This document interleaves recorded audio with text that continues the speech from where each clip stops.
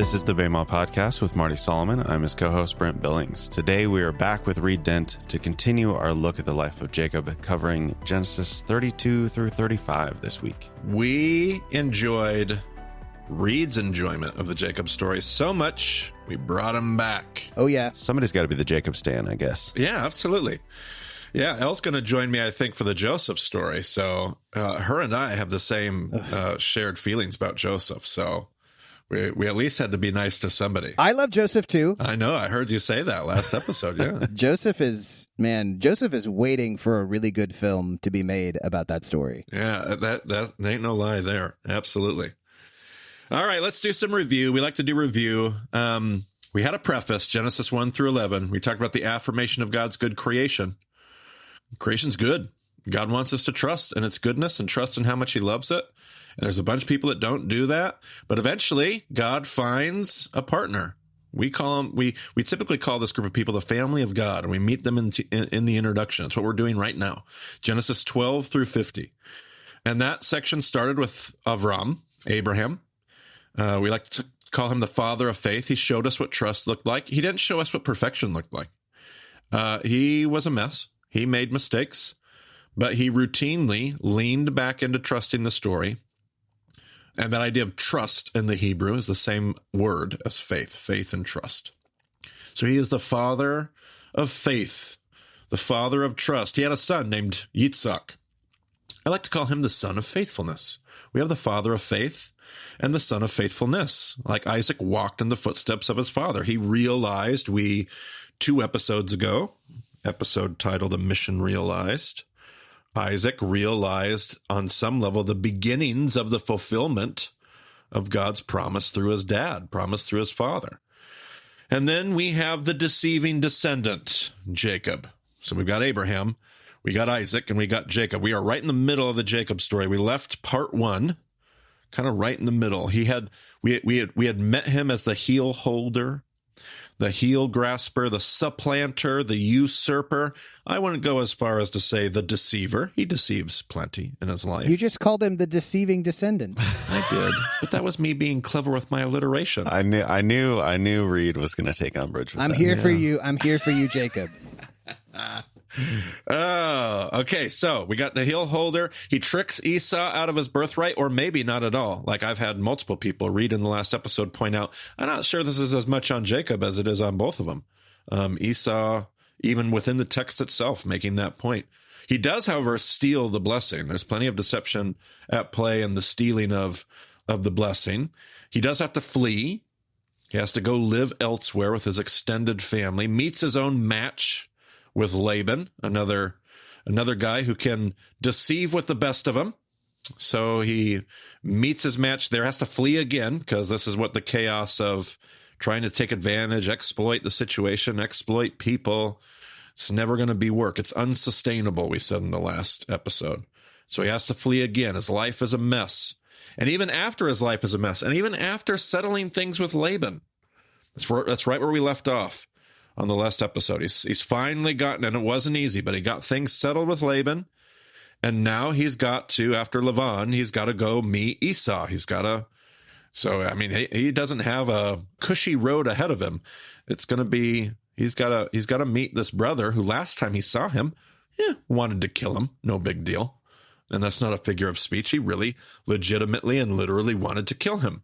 And so now he's got to face this Esau character again. So with that, we're going to pick up in Genesis chapter 32. Brent, give me a handful of verses off the top. Start in verse 3 here. Jacob sent messengers ahead of him to his brother Esau in the land of Seir, the country of Edom. He instructed them, "This is what you are to say to my lord Esau. Your servant Jacob says, I have been staying with Laban and have remained there till now. I have cattle and donkeys, sheep and goats, male and female servants. Now I'm sending this message to my lord, that I may find favor in your eyes." When the messengers returned to Jacob, they said, "We went to your brother Esau, and now he is coming to meet you, and 400 men are with him." In great fear and distress, Jacob divided the people who were with him into 2 groups, and the flocks and herds and camels as well.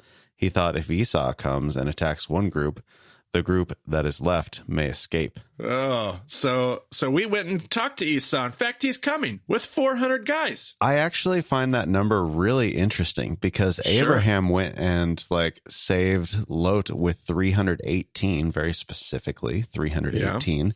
Yeah. And here Esau's coming with even more than that. Well, you would assume, I love that question, Brent. You would assume because of the way that Jacob had to leave, he forfeited all of his, in fact, Midrash teaches how much Jacob forfeited his inheritance. So now Esau inherited all of whatever that household was, all 318 that have been passed down, plus any other servants that have been born within that Beit Av, and how that Mishpachah keeps extending itself, that Beit Av keeps growing. So that number makes sense, but I love that you would notice that and pull that out.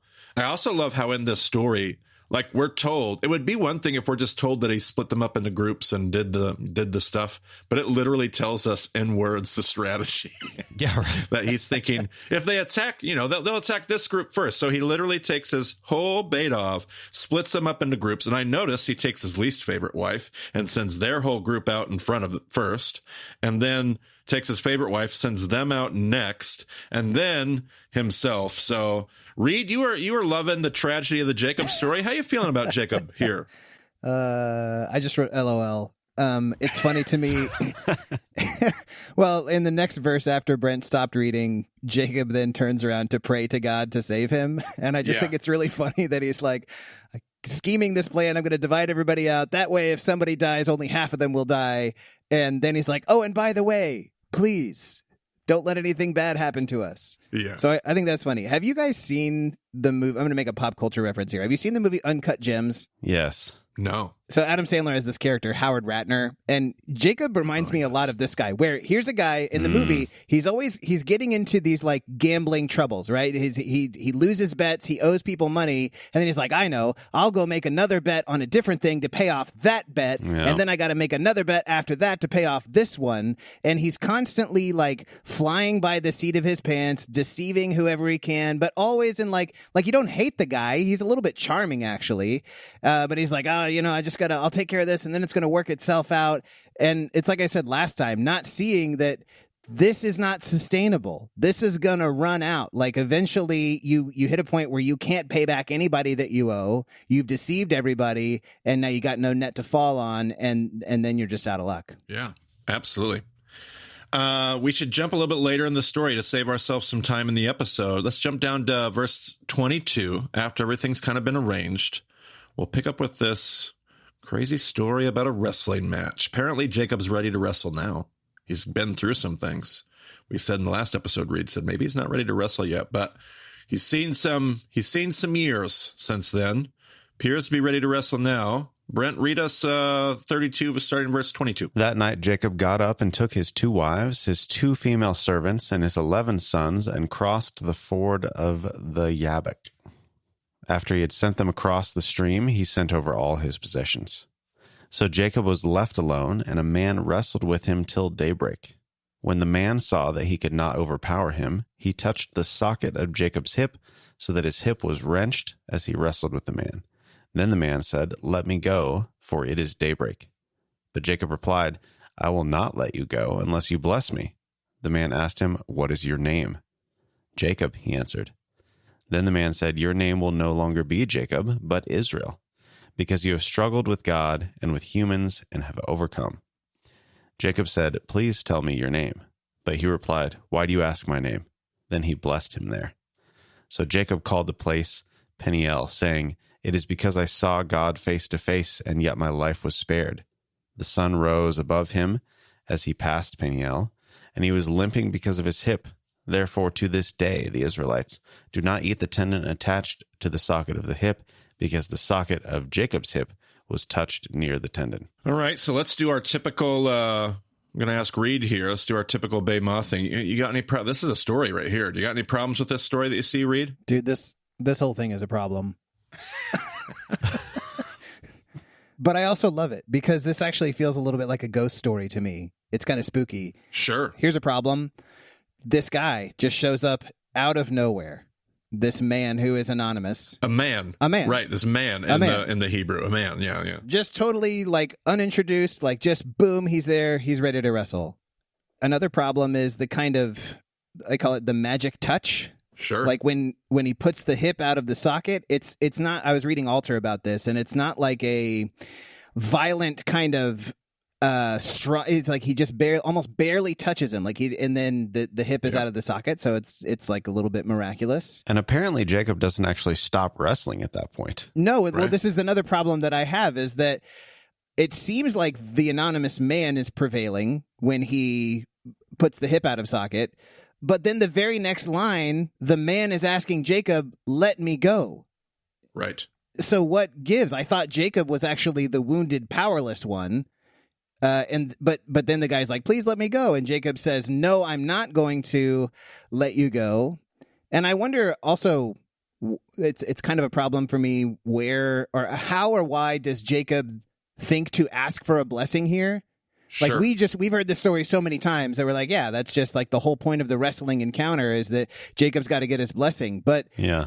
Is Jacob looking for a blessing from anything in the story at this point? Why is he asking for this here? Another thing that strikes me as strange is that this man resists being identified. Sure. When Jacob says, "Tell me your name," actually, the translation that I'm looking at in yours, it was a question, "Why do you ask me my name?" Here, it's actually rendered as like a declarative, like emphatically, "You must not ask me my name," is what this says. And so either way, like it's kind of the degree to which he insists on remaining anonymous, but why does this character want to remain anonymous? It also, like, I think in some old, like, folklore, I was reading a different commentary on this, it really is kind of ghost story vibes. Like you have an anonymous figure in the night who is blocking a crossing, like a river crossing, almost like, I mean, think about some of the fairy tales we know about trolls and stuff like that, right? Sure. Right. And that he has to wrestle him until it is the light of day, like through the night. And so I wonder, if you don't know the end of the story, and this is the first time you're going through it, would you think, like, is this a demonic figure that is confronting Jacob? Is he like have some kind of malevolent or malicious intent? So what was that? Like, that was like 8 problems or something that I brought up. Yeah. Almost one for every line of the story. I mean, truly. Yeah. And there's probably more. Yeah, absolutely.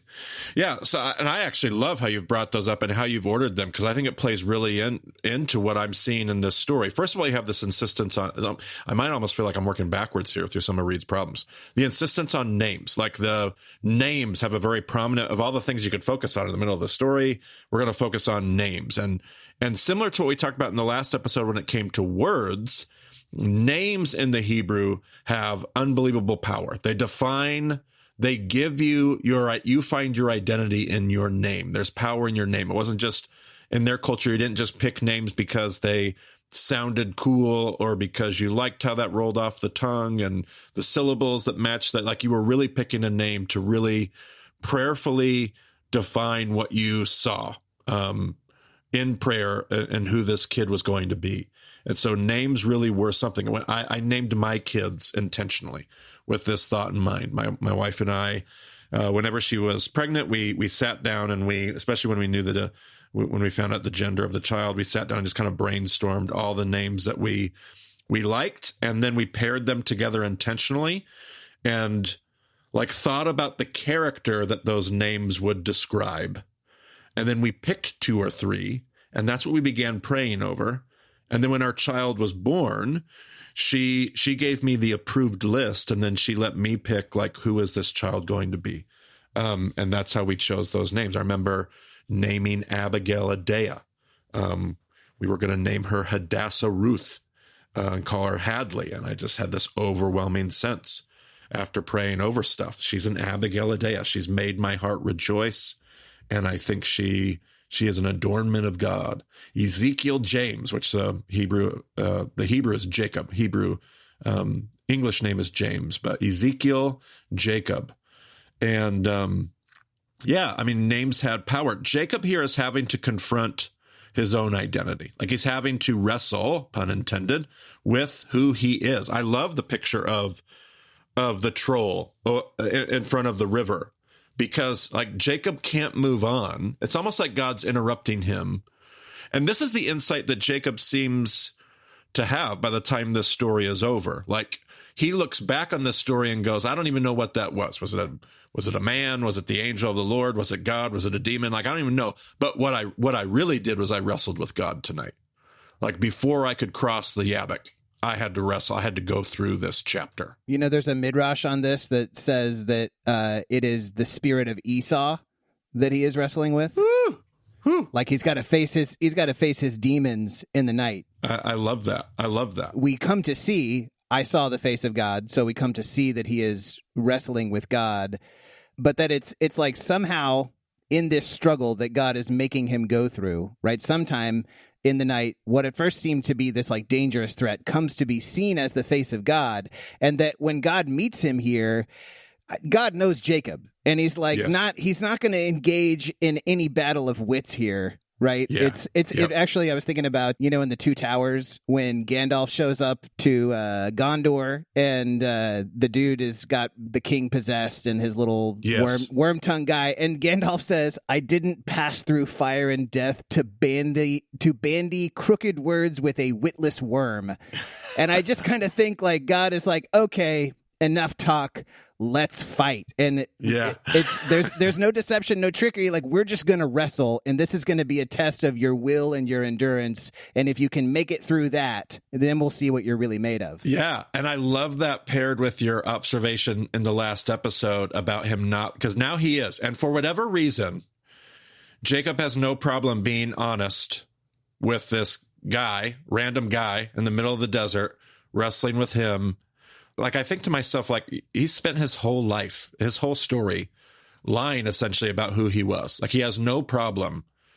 He's already shown us numerous times he has no problem deceiving. He has no problem lying. And yet now, in this key moment, he's just given up that fight, and he's ready to just come to grips with his actual identity. And this ends up becoming the defining story for God's people. I love that it starts with, and Jacob was left alone. Yeah. It is just Jacob. And whereas in other stories, we would expect him like, okay, how can I divide my bait off and get them out in front of me as a shield? Or how can I wheel and deal and strike some kind of bargain so that I'm like, he has left alone with none of that. And it is just him being forced to struggle and wrestle. Absolutely. Yes. So good. And this is the part of the story that I really want to lean into for us Bema listeners, because this ends up becoming the defining. This is what God's people are named after. Like, they're named after, of all the stories. And this is a really weird story, of all the stories to like go back to a name change. Yeah. Like the name Yisrael will come from this story. This is the kind of people on some level, what Reed's discussing, what he's pulling out of this. This is what God wants to partner with. And this is why we've tried to teach ourselves all of this stuff in the Bema journey. We've tried to teach ourselves how to ask questions. We tried to teach ourselves how to wrestle. I can remember when I was on campus in my younger days, and there was these college students were coming to the Bema study before it was a podcast. It was just a study on campus. And there were some students coming from another church in town, and the pastor asked them to stop coming to class because that guy asks, what if? I don't like him. He asks, what if? If I ever ask what if, quit coming to my church. Ooh. And I looked at my students and I said, if I ever stop asking what if I ever stop wrestling, abandon what we're doing here, because this is what God seems to want us to lean into. And we've grown up in so many church settings that have tried to get us to not ask questions, to put our doubts on and this is the stuff we want to lean into. We don't want to be afraid to be left alone with God and the things that we wrestle with. We want to know that can be a defining moment of who we become and the people that we belong to. I've talked to students before who I'm remembering one particular conversation where a guy said to me, my goal is that when I preach a sermon right now at the age of 23, in 25 years, when I'm almost 50, I want to be able to preach the exact same sermon with the exact same beliefs and confidence.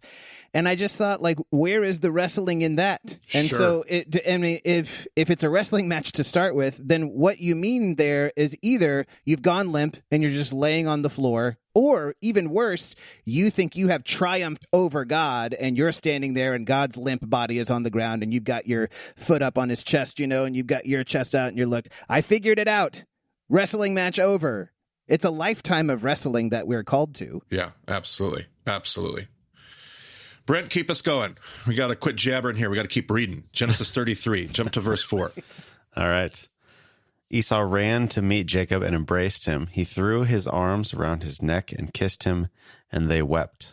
Then Esau looked up and saw the women and children. Who are these with you? He asked. Jacob answered, They are the children God has graciously given your servant. Then the female servants and their children approached and bowed down. Next, Leah and her children came and bowed down. Last of all came Joseph and Rachel, and they too bowed down. Esau asked, What's the meaning of all these flocks and herds I met? To find favor in your eyes, my lord, he said. But Esau said, I already have plenty, my brother. Keep what you have for yourself. No, please, said Jacob. If I have found favor in your eyes, accept this gift from me. For to see your face is like seeing the face of God, now that you have received me favorably. Please accept the present that was brought to you, for God has been gracious to me, and I have all I need. And because Jacob insisted, Esau accepted it. Okay, so man, golly, we have like a crazy turn of events here in this story. If this is the first time you had ever heard this, if you weren't familiar with Genesis, like what a wild, like swelling moment of goodness. I did not see that coming. But Jacob makes this interesting statement that I definitely catch. Seeing your face is like seeing the face of God. And I wonder if this gives credence to the midrash that Reed pointed out, that what he was really wrestling with was Esau. I wonder if that's what they're seeing in the text there when they make that commentary. But this seems as though, is this a turning point? Like this could be like this huge, momentous, this is where Jacob becomes a new man. Like this is where, and I want to look at the story and ask, is this a turning point? Like does Jacob's going to change here? Like he's wrestled with God. He's had his name changed. That should mean that who he is, his identity is changing. He's now experienced grace and reconciliation through a brother that has every right to be furious and even want to kill him. All of that stuff. Is that what we're going to see? Brent, give me the next handful of verses here. Then Esau said, Let us be on our way. I'll accompany you. But Jacob said to him, My Lord knows that the children are tender and that I must care for the ewes and cows that are nursing their young. If they are driven hard just one day, all the animals will die. So let my Lord go on ahead of his servant, while I move along slowly at the pace of the flocks and herds before me, and the pace of the children, until I come to my Lord in Seir. Esau said, Then let me leave some of my men with you. But why do that? Jacob asked. Just let me find favor in the eyes of my Lord. So that day Esau started on his way back to Seir. Jacob, however, went to Sukkot, where he built a place for himself and made shelters for his livestock. That is why the place is called Sukkot. Okay, now I don't know, Reed, how does that sound? Like that whole section of the story sounds a little off to me. Like it doesn't sound necessarily like I'm seeing Jacob as a changed man. How do you read that? How do you hear that reading? I hear it as resistance.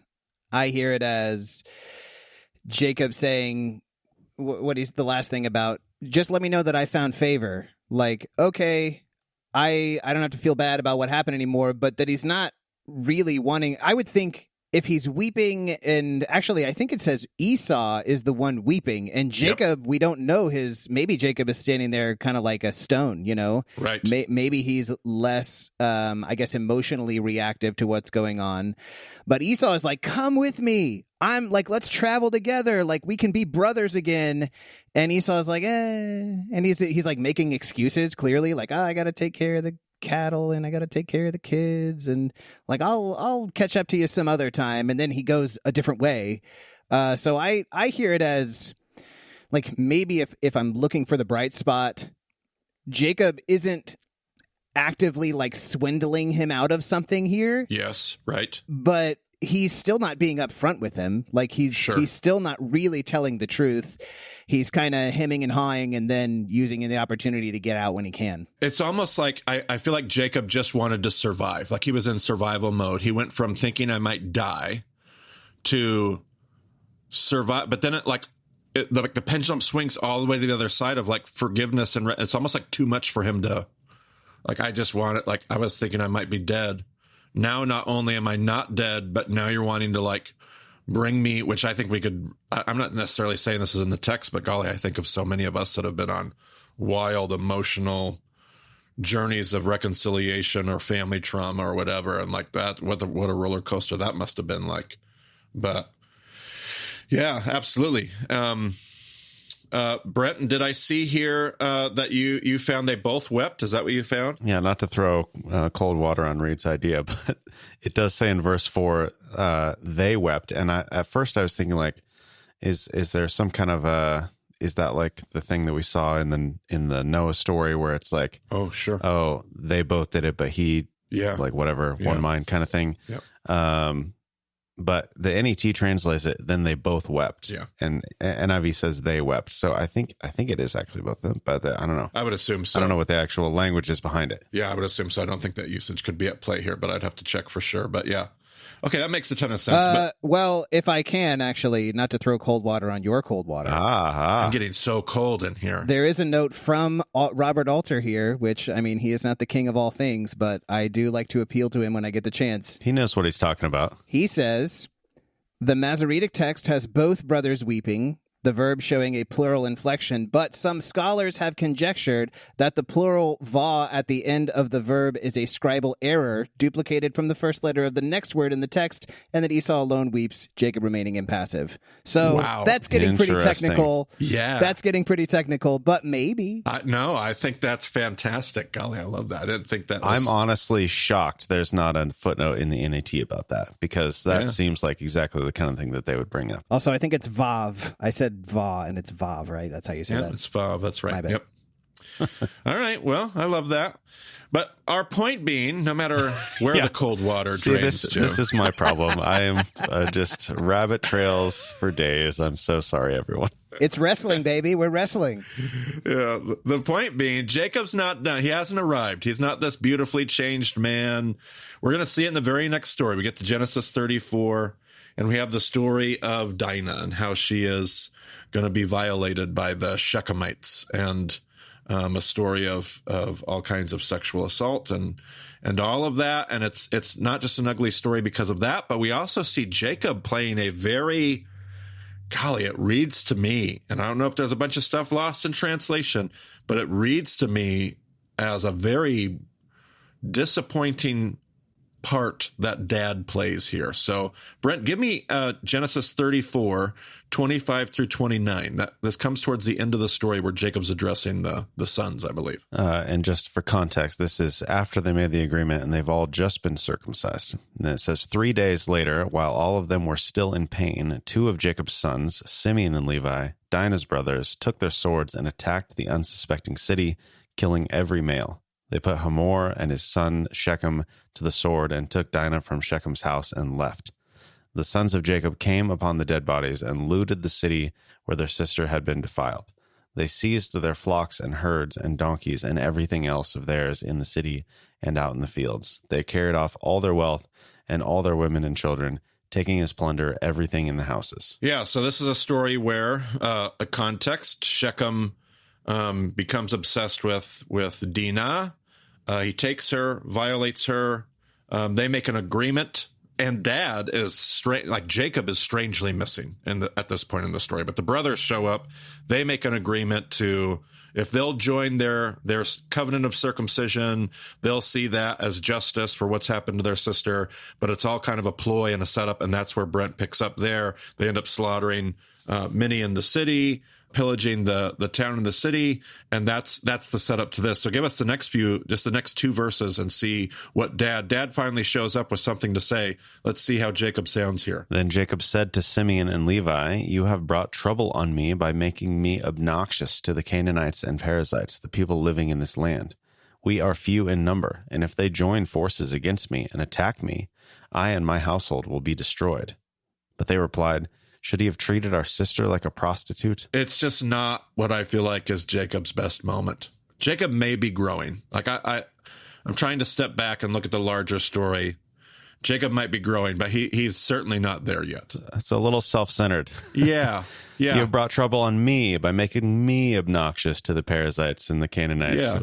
Yep. We are few in number, but if they join forces against me and attack me, I and my household will be destroyed. Yeah. It's like he's sort of mentioning other people when it's convenient, but he's me, I. Yeah, he's not who we would want him to be. And again, this story is ugly. I don't want to try to redeem this story at all. Genesis 34. I do want to take some sense of solace that these biblical characters, they're not just a light switch. It's not just a flip of a switch. Like it is my stories, our stories, your story is just as messy and complex, and God starts to change us, but we still are doing all kinds of stuff that doesn't read well in the light of the history of our timeline. This is who Jacob is. Jacob is not who we want him to be in this story. And that's what we see. And this probably gives us an indication that there's probably more story that lies ahead of him. So give us Genesis 35. Give us the first 10 verses of 35, Brent. Then God said to Jacob, "Go up to Bethel and settle there, and build an altar there to God, who appeared to you when you were fleeing from your brother Esau." So Jacob said to his household and to all who were with him, "Get rid of the foreign gods you have with you, and purify yourselves and change your clothes. Then come, let us go up to Bethel, where I will build an altar to God, who answered me in the day of my distress, and who has been with me wherever I have gone." So they gave Jacob all the foreign gods they had, and the rings in their ears, and Jacob buried them under the oak at Shechem. Then they set out, and the terror of God fell on the towns all around them, so that no one pursued them. Jacob and all the people with him came to Luz, that is Bethel, in the land of Canaan. There he built an altar, and he called the place El Bethel, because it was there that God revealed himself to him when he was fleeing from his brother. Now Deborah, Rebekah's nurse, died and was buried under the oak outside Bethel. So it was named Alon Bakut. After Jacob returned from Padan Aram, God appeared to him again and blessed him. God said to him, "Your name is Jacob, but you will no longer be called Jacob. Your name will be Israel." So he named him Israel. Read anything about that last verse that seems a little odd and off to you? It already happened. Yeah, God's already changed his name. Like, why has God shown up to do this? Yet again, this seems weird. It also says, and he blessed him. It feels like it's almost like it's just the very beginning and ending of that story without the whole wrestling match in between. Yeah, sure. Absolutely. And I think we might actually bump into what is the in-between that we're not even reading in the words themselves. But Brent, give me the next handful of verses here. Well, and before we move on, I'm just thinking, like, there's all these different weird place names and stuff. Is it almost like Jacob is wandering around trying to find that weird place where he was nowhere? And he's like, I want to have another experience like that. Oh, sure. I've wondered that before myself. Yeah, sure. Yeah, just a passing thought, but just there are a lot of place names in that little chunk, and it just seems like there's something going on there. I don't know. Yep. Back in verse 11, and God said to him, "I am God Almighty. Be fruitful and increase in number. A nation and a community of nations will come from you, and kings will be among your descendants. The land I gave to Abraham and Isaac I also give to you, and I will give this land to your descendants after you." Then God went up from him at the place where he had talked with him. Jacob set up a stone pillar at the place where God had talked with him, and he poured out a drink offering on it. He also poured oil on it. Jacob called the place where God had talked with him Bethel. All right, so we were told here, if we were listening to that, Jacob was told to be fruitful and multiply. We've heard that story before. We've heard that command with Adam and Eve. We've heard that command with Noah. Now we hear it again. So if I was paying attention to this theme in Genesis, I might be expecting a few things. I might be expecting that more children should be coming. Like there's more children with Adam and Eve. There was supposed to be more children with Noah. We talked about the whole castration midrash. There's supposed to be more children, but we also might be expecting tragedy. Whatever happens with these more children, I think as a reader, we're going to be expecting maybe tragedy. I would expect somebody's going to get blamed for that tragedy. Happens in the Adam and Eve story. Happens in the Noah story. He ends up cursing Canaan, not Ham. Like somebody's going to get blamed here. That's what I might be expecting. So, Brent, give me the next handful of verses. Then they moved on from Bethel. While they were still some distance from Ephrath, Rachel began to give birth and had great difficulty. And as she was having great difficulty in childbirth, the midwife said to her, "Don't despair, for you have another son." As she breathed her last, for she was dying, she named her son Ben-Oni, but his father named him Benjamin. So Rachel died and was buried on the way to Ephrath, that is Bethlehem. Over her tomb, Jacob set up a pillar, and to this day that pillar marks Rachel's tomb. Okay, so sure enough, true to form, we have more children being born, and we have tragedy. Rachel ends up dying while she's giving birth. She names this son Ben-Oni, son of my misery. Jacob wants to know, he has no interest in naming his son of my misery, so he names him instead Benjamin, son of my kind of like favorite sons, son of my right hand favored son of favor, Benjamin. What I find so interesting about this is later in the story, Jacob will be telling Joseph about what happened, because Joseph, he'll need like this backstory about what's been happening with the family while I've been gone. So Jacob will be telling Joseph what happened with their family. And Jacob will say, to my great sorrow, most of your translations will say, Rachel died on the way to Bethlehem. So Rachel dies to my great sorrow. Now that Hebrew phrase, to my sorrow, could also be understood my fault. It is because of me. It is because of my fault that Rachel died. And I had a teacher, Ray taught me, that he thought that Jacob takes this blame on himself. He ends up blaming himself for Rachel's death. And why is this? Well, we were told right at the beginning of Genesis 35 that what did he have everybody do, Brent? He had everybody bring something, wanted them to get rid of something. I want you to bring all of the idols. The idols. Well, he didn't know that somebody had a bunch of idols. Rachel had a bunch of idols. Now, if you remember back in the Laban story, we didn't read this in the episode, but Laban comes chasing after Jacob because you've stolen my idols. Right. And Jacob says, I haven't stolen your idols. In fact, search all my stuff. And if you find my idols, and of course, Rachel, she's sitting on the idol. She claims that she's having her menstrual period. So sorry, I can't get up. But she's sitting on the idols under a pillow. She's hiding them. So they can't find them. And Jacob is so sure that nobody's taken Laban's idols that he says, if anybody's taken these idols, they will surely die. You prove somebody's taken them and they'll die. Well, he didn't know that Rachel had, and so he takes this curse onto himself. Jacob cursed whoever had taken these idols. I think he sees that at the beginning of this chapter.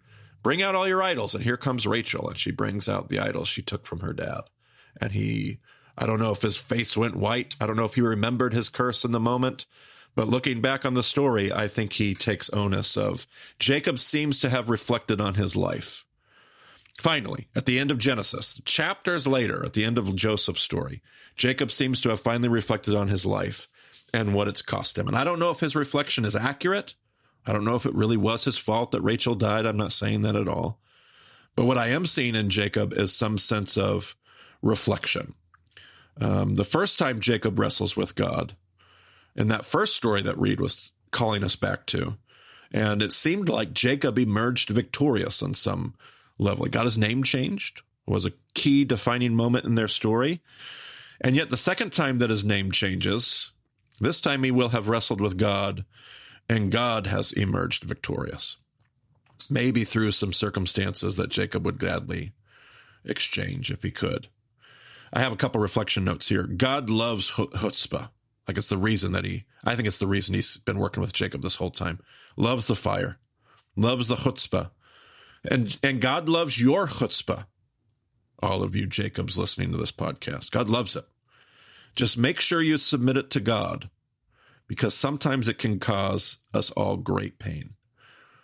Unchecked chutzpah can have deep consequences. And it seems to me when I look at the Jacob story, it is at this point that Jacob will become this timid character that just kind of like this whole story. Jacob's been deceiver and conqueror and swindler and heel grasper, and he's always out in front and he's always leading, and he's leading well and he's leading poorly. But and it's at this point in the story where Jacob just will become this timid old man, not wanting to risk, not wanting to take chances, losing his favorite sons. Jacob becomes this timid character at this point in the story. I don't think that God ruined Jacob. I wonder sometimes if Jacob ruined Jacob. And so I think the lesson for Jacob's life for me can easily become how much God values chutzpah, because he does. But how powerful and how dangerous chutzpah can be for all of us. So that's the end of my notes, Reed. I don't know if you have anything you'd add on top of that. No, that's well said. And I think that's a theme we may see another time or two in these scriptures before we're done. Absolutely. And I would also say I don't think Jacob's story is over yet. We still have Jacob's best heroic moment. It's still going to show up in the Joseph story. And we'll talk about that in a couple more episodes. We'll let Elle have that one. We will. Okay, that'll do it for this week. You can find more details about the show at BamOnDiscipleship.com. You can get in touch with us there. You can find a group on the map or start a group. We've got some resources there to help you get started if you want to discuss this stuff, if you want to wrestle with this stuff together with other people. It's kind of what we're all about. So get in a group if you're not already there. And yeah, just another thank you, because everything that we do is made possible by listeners like you who support our work. So thank you for those of you who are a part of that. And if you'd like to join in what we're doing, you're welcome to use that support link in the show notes or the donate page on the website. But yeah, thanks for joining us on the Bama Podcast this week. We'll talk to you again soon. Hi, I'm Zach Owens, a Bama listener and group facilitator in Reykjavik, Iceland. And here's the prayer from episode 14's companion. God of Israel, you have called us to a life of wrestling. Help us not to run from it. May we never fear asking, what if? May we never stop asking good questions, but may we always keep our fire in check. Take our passion, our chutzpah, and let it be used for your kingdom as we continue to trust that our story, your story, isn't over yet. Amen.